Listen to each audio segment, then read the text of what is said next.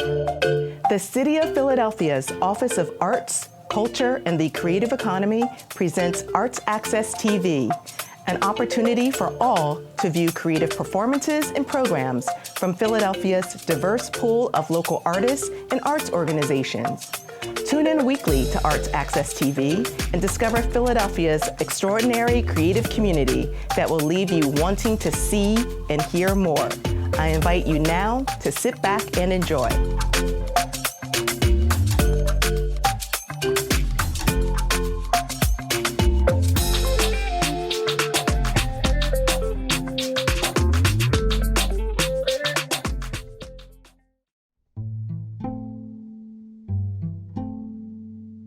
This year, we could not gather together in person to celebrate the lives represented by these portraits. Instead, participants were invited to send in videos to talk about their experience with the Souls Shot Portrait Project. We will hear from several of the artists. Please note that many of the families and friends of the victims had wanted to take part in this video, but found it just too hard. It takes a special kind of bravery and compassion for them to participate in this project, to share the stories of the lives of their loved ones with the artists, strangers, while they are still grieving. You will also hear from a champion of gun violence awareness and activism, State Senator Art Haywood. Here now is an overview of the 2020-2021 Souls Shot Portrait Project exhibition. I'm Lori Lamont Murray, a painter and a metal sculptor.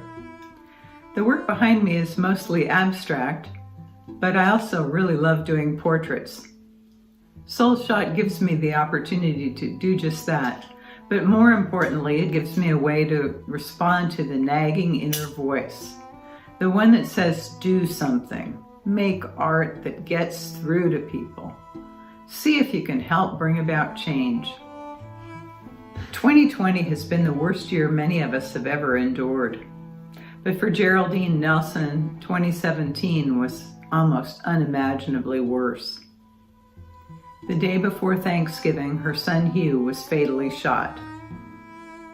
As I speak, Geraldine is too overcome with grief to get out of bed, or answer her phone, or even eat. The 3 years since Hugh died have not eased her pain. I know this because she and I stay in touch, which is another benefit to Souls Shot. Hugh Arthur Sertain Jr. was a handsome young man. I did sketches for Geraldine to look at, but in the end she wanted me to include Zaire, Hugh's young son, who meant the world to him. As it progressed, I showed my portrait to fellow artists in a critique group that I belonged to. They felt the warmth and love between father and son, so I guess I did something right. Hi, my name is Mary Bagnardi, and I am honored to be part of the Souls Shot Portrait Project. I was moved to be part of this project because I think that every one of us can do something to further the message of nonviolence. And if I can use my artistic abilities toward that end, that's what I want to do. I didn't come to this project with preconceived notions about gun violence.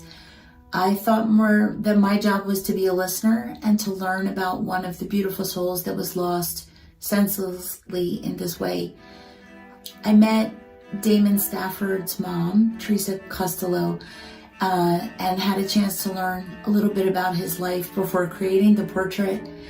What moved me so much about her was just her open heart and her faith and her willingness to invite a stranger into her home and to talk to me a little bit about his life.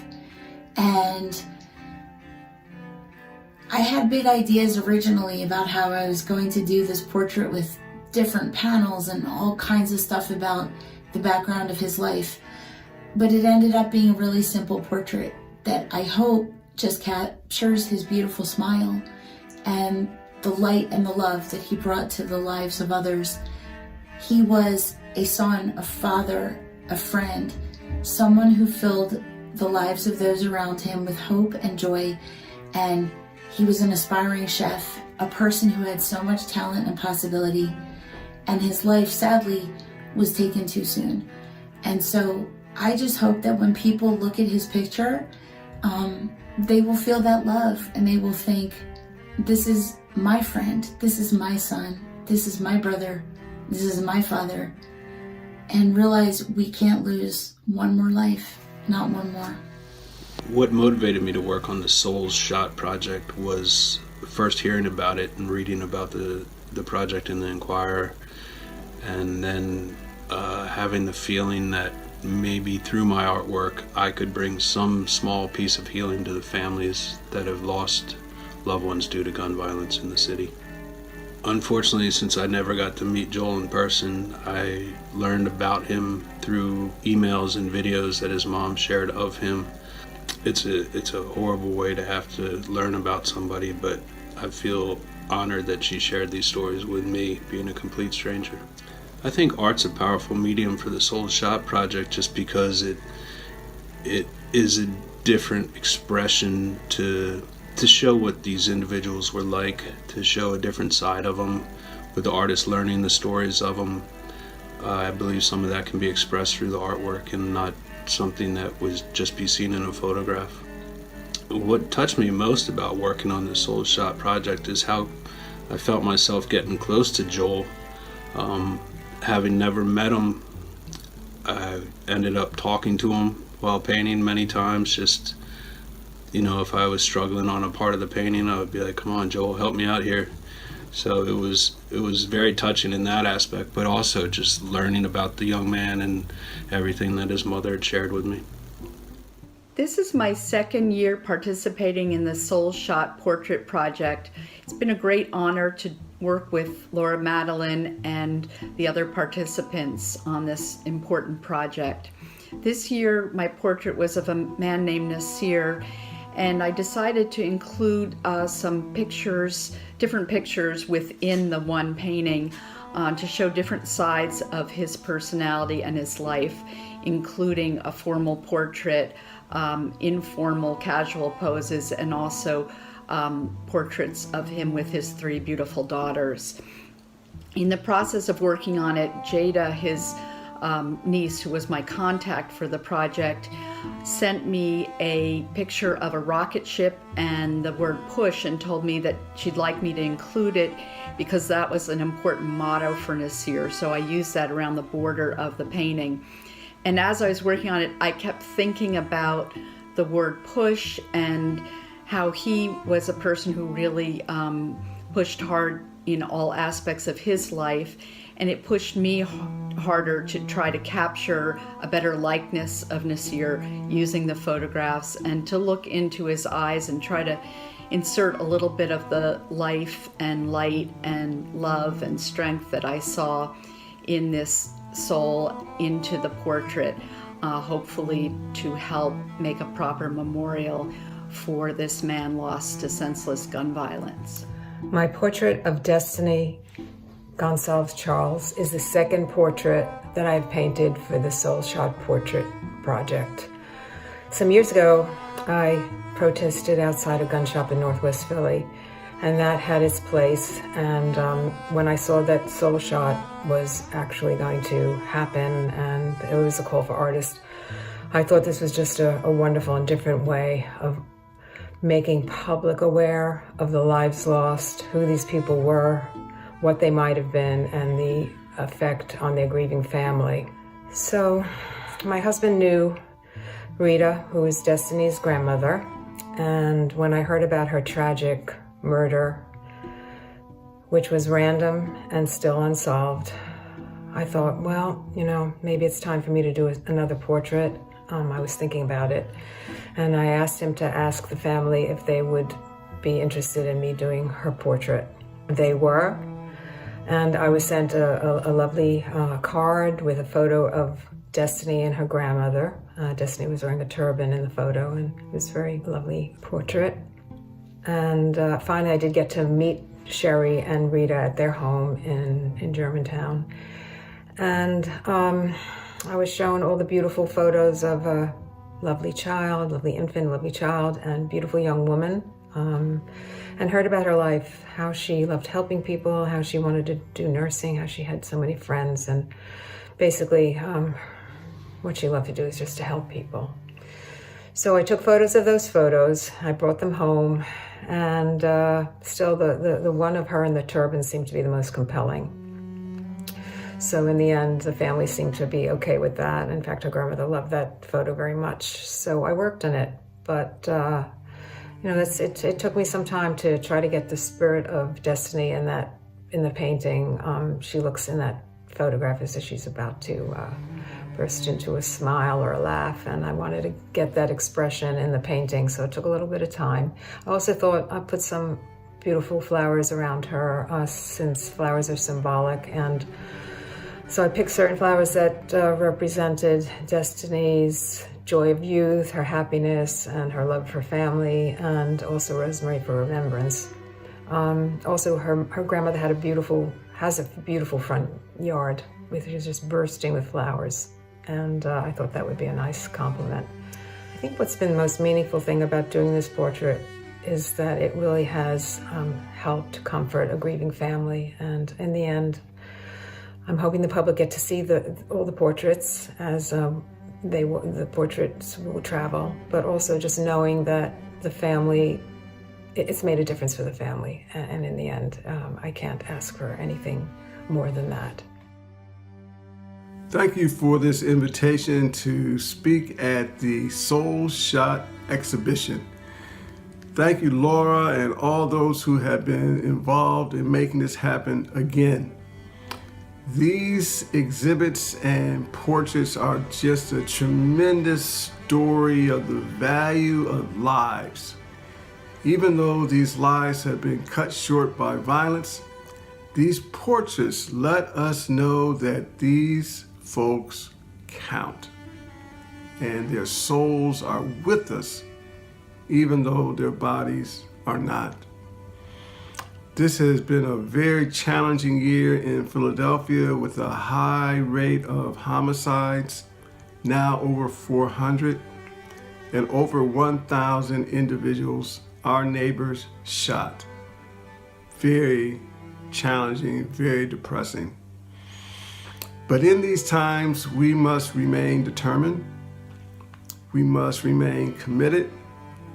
We must remain vigilant and recognizing, as these portraits say, that these lives count. We got a new administration in Washington, D.C., which it appears to be committed to our neighbors, to our families, to reducing gun violence. I'm hopeful. I'm hopeful that we will have more resources for job training and mentoring. I'm currently working with several organizations that are building strong mentoring programs for our young people, hopefully to build a bigger path to opportunity. But as we do so, this exhibit is a tremendous statement of where we are, where we need to go, in the recognition of the basic dignity of every life. Thank you so much, Laura, and all the artists, and for all the families that summoned up the courage to participate. Thank you again.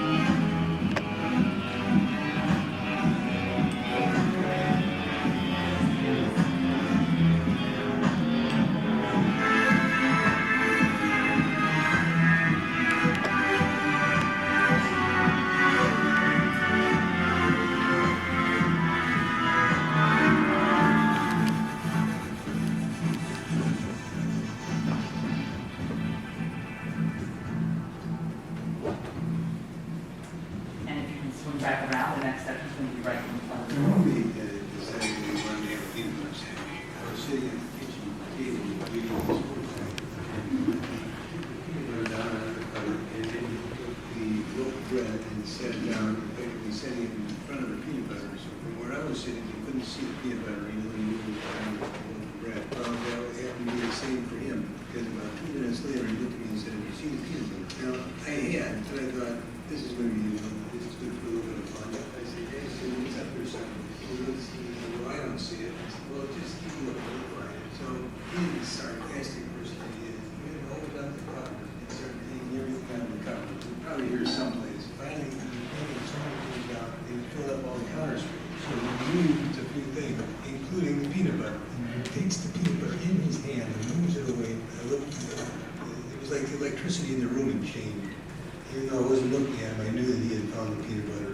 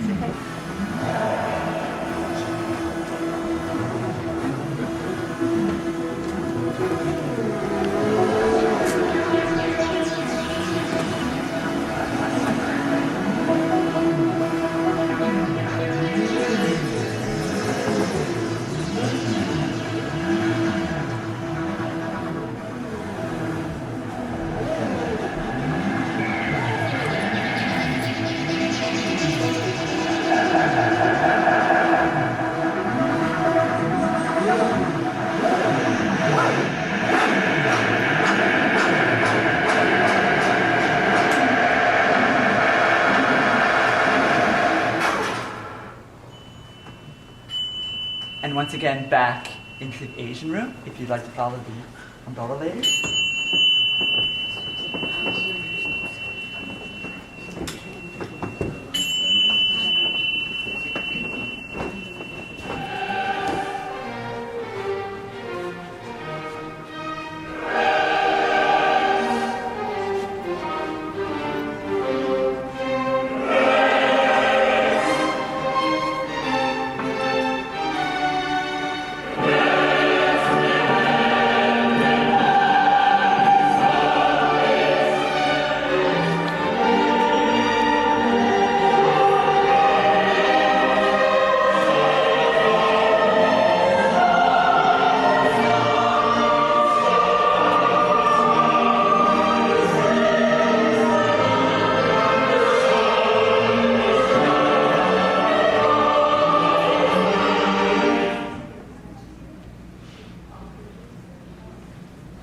Top of the steps.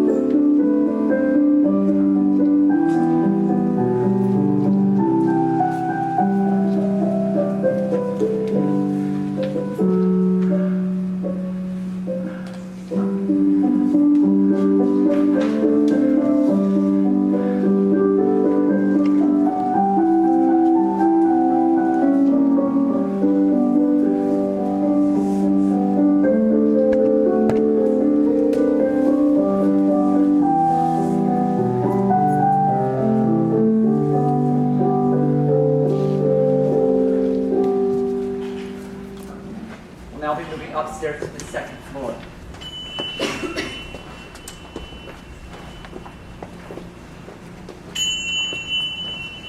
The next part of the performance, you may sit in chairs.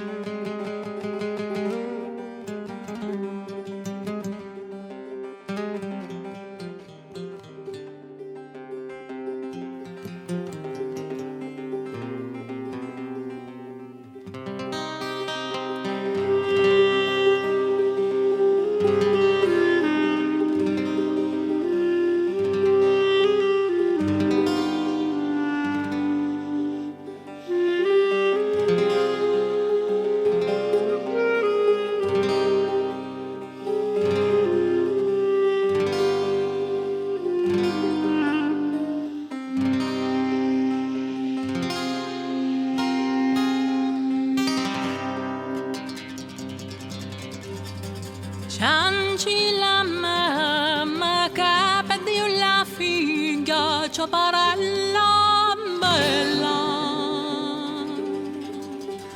Cianci la mamma che perdiu la figlia, bella. Cioparella di mammata, Cioparella di mammata.